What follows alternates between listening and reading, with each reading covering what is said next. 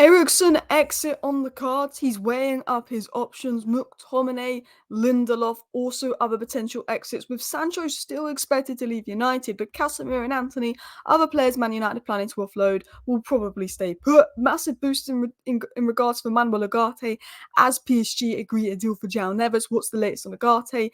Lindelof exit. What is the latest on that? Matthijs de Ligt price 38 million. Can United get that deal done? I think we need some centre-back depth after Joao coming off injured. Jadon Sancho exit latest. What is the latest on Mazraoui? And what is Ten Hag's comments after losing 2-1 to Arsenal? Although we did not lose 2-1 to Arsenal, let's be honest, can we all just say that that was a 1-1 draw? Because that goal was offside. That goal was miles offside. Anyone with eyes knows it's offside. Arsenal got lucky. Arsenal had the ref on their side. And you know what? It's such a shame because if it wasn't for the injuries, we were actually playing really well. We're actually cooking Arsenal. We're actually playing some fantastic football. But we're going to talk about the midfield. We're going to talk about the latest on the transfer news.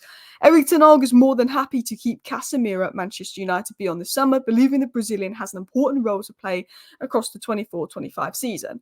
Now, if I'm going to be honest, it's only pre-season. Casemiro always takes a few games to warm up, but Casemiro hasn't been particularly good in pre-season. He wasn't particularly good last year. He looks very unconvincing. Toby Collier looked, again, the better player showing up Casemiro. Like right now, and I don't like to say this, I don't want to be negative, but I feel like I'd rather have Toby Collier starting in midfield with Maino and Bruno than Casemiro right now. And I know Toby Collier's only a kid, but he looks more ready. Casemiro rushes into tackles. He makes those passes that are silly and gives the ball away. I love Casemiro. He was unbelievable in his first season. But he's fallen off massively. He was so good in his first season, one of the best players in the league in his first season. But this season, he's just fallen off. He looks lost. It's like, I don't know if it's the new system. We're playing a bit more intense. I don't know if he's overthinking it. Maybe it's pre-season. Maybe he has a good season. Erik ten Hag still sees a player in Casemiro. Erik ten Hag still rates Casemiro. In fact, Erik ten Hag, if it was up to him, would keep Casemiro and Varane because of how crucial they were in his first season. But Ineos don't rate Casemiro or Varane. I mean, Varane was actually really good last season. He went for free.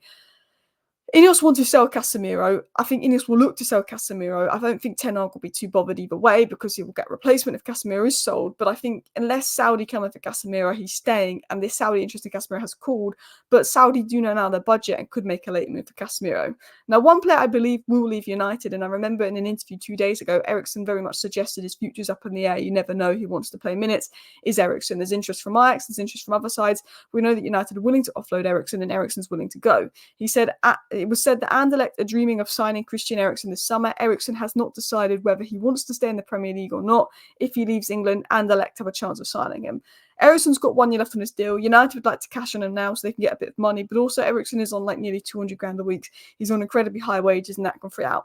I like Eriksen. I think he's a very good player. I thought he had a very good Euros, and I think for a side that doesn't play as intense football, that dominates possession, he could be a really good player that dictates play. But I think in the way that Manchester United want to play in this transition, high energy approach, Eriksen needs to be moved out. Now, if I'm Manchester United, I'd look to sell Mejbri, Eriksen, Casemiro and McTominay, all four midfielders. There is a feeling that McTominay could go.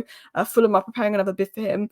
I think Eriksen will go. I think Casemiro, it massively depends on Saudi, and I think Mejbri will look to move on. But I think we'll probably get next to nothing for Mejbri and Eriksen with 1 year left on their deal. I think Casemiro depends on Saudi, and I think United will look to offload McTominay. I think, to be honest, that McTominay's good at coming off the bench and getting a goal, but if you look at him and you look at how we want to play, don't think he's good enough for the long-term project going forward to start, even though he's got a great mentality.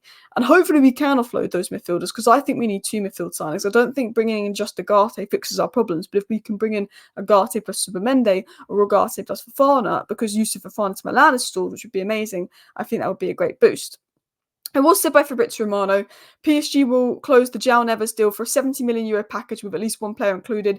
Benfica want Renato Sanchez and talks are progressing, including him.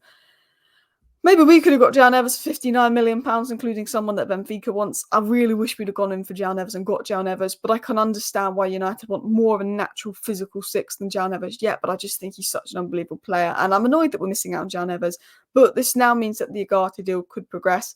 That's essentially agreed, Joao Neves to PSG. PSG are focused on signing Joao Neves. Once that deal is finalised, it's expected they will lower their value for Manuel Ugarte. PSG and Manchester United have an ongoing discussions regarding Ugarte, who's eager to make the move. Now, one thing we do know about Ugarte to Manchester United is Ugarte wants to move, PSG want to sell him. PSG are asking for £59 million for Ugarte because that's what they got to pay to bring in Joao Neves. But it was said earlier by reliable sources, PSG know they'll have to take a loss on Ugarte, who had one season season and is not in the plans. Ugarte will be further down the pecking order when Joao Neves is in. The player wants to move, the manager wants to move him on. PSG know that doesn't suit what they want to do, and they know they're going to have to take a loss. Man United want to get a deal done, like De Ligt with Ugarte for £38 million. I think a deal could be done in the 40 million range for Ugarte, where PSG lose 10 million. I think they'll sign Joao Neves. I think they'll lower the fee. You cannot get 59 million and make profit on a player that you signed that didn't have a good season that you want to sell. And I think PSG will lower the price. I think the fact that Romano and Sky and a lot of sources have confirmed we're still in continuous talks with Ugarte, have been for the last few weeks, despite news being quiet, says to me and strongly suggests to me, okay, well, it looks like we'll probably make a move for Ugarte. And I think while I would like Youssouf Fofana and he's my first choice midfield signing, I do think Ugarte could be a really good addition to United. I think we do need DM. I think the midfield was the biggest issue last season. Ugarte, Collier, Fofana, Maino, Mount, Bruno would be some really good midfield options going into next season if I had it my way. Now, another signing I think we need to do, especially with Joao coming off injured, is Matthijs de Ligt. United districts have said that United do not plan to spend more than 38 million on Matthijs de Ligt. So I think we could get Matthijs de Ligt for 38 million plus 5 million add-ons, taking it to 50 million euros. We want to get him for 45 million euros. I think if we could add some add-ons just to take it at 50 million euros. But Bayern Munich obviously want 50 million euros plus add-ons. I think we could do a deal at 38 million and then put add-ons on. But it's very obvious that United want Ugarte and De Ligt for 38 million, which I think is somewhat fair enough. Like, I think De Ligt is probably a 45 million pound player, and I think Ugarte is probably a 40 million pound player. But I actually think when you think about how PSG want to sell Ugarte and Ugarte wants to move and he's rejected other Champions League clubs for United, and we need to sell, we've got a limited budget, we need to bring in a lot of players, and you think that Bayern Munich want to sell De Ligt. De Ligt's agreed to join United. De Ligt's rejected other Premier League clubs to join United. They want to bring in Tar. PSG want to bring in Joao Neves. The fact that PSG and Bayern Munich are trying to bring in players, these two players have both rejected other clubs to join United. They want United, and both clubs are keen to sell those players. I think it puts us in a stronger position to get them on the cheap. So hopefully we can get the De Ligt deal over the line, although I do think this will make one more attempt for Bramford. And if that doesn't go to plan, we'll push for De Ligt. I think as we get later and later in the window, I think that Bayern will cave, and I think something could be agreed at 38 million for De Ligt. One player that I think will go, and if he does go, this will speed up the deal for a centre-back, whether it's Bramford, whether it's De Ligt, whether it's Chalobah or someone elsewhere, is obviously Victor Lindelof. He's had talks with clubs in Turkey. Fenerbahce pushing to sign him. He did not train with the squad yesterday afternoon. I think United will take precautions with Lindelof's fitness and all of that as well. And that's why he probably didn't play in pre-season. They want to keep him safe. They don't want him to get injured because they want to sell him. But we know from Luckcast, we know from many sources, United are doing what they can to get Lindelof out the door. Lindelof's open to leaving. He's got 1 year left on a deal. They want him sold. They feel that he could be sold. His agent's having talks with people.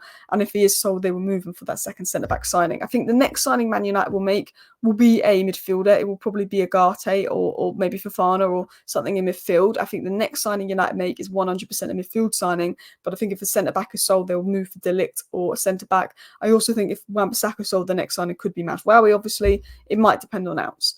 One player that's still expected to be sold, according to Chris Wheeler, is Sancho. The feeling is that United will sell Sancho this summer if they get an offer close to £40 million they want. With Rashford, Garnacho, Antony and Ahmed competing for the wide position, Sancho's one of the players they would sacrifice to strengthen other areas. I think Sancho is obviously better than Antony, and I would rather Sancho stay than Antony, but Sancho is going to be significantly easier to sell than Antony. And obviously Antony, because he's only been here 2 years and Sancho's been here 3 years, it's a massive PSR loss. I would sell Antony. He was so annoying. He just kept cutting in inside and shooting and wasn't very convincing in pre-season. Look, I know it's only pre-season, but I think Sancho's a better player. But at the end of the day, Sancho refused to play for this club for 4 months. We probably should get Sancho out. If we can get 40 million for him, brilliant. Get him out the door. Maybe invest that in another winger. Maybe invest that into the midfield, because we need depth in midfield. We need depth in defence. One thing Man United need is I actually think our best starting 11 is really strong, even with what we currently have right now. I thought, even though we had key players missing in this game versus Arsenal, the first 10 minutes we absolutely cooked them when Højlund and Joao was on the pitch. But it's depth. As soon as we get 1 or 2 injuries, we fall off. And that's such an important thing that Ineos need to address. Now, one area they might address is right back. Although they are bringing in an injury-prone right back in Mazraoui, he probably is the best option value for money. West Ham are in talks with Manchester United over signing Wan-Bissaka. They're keen to negotiate on United's valuation, which is excess of 15 million.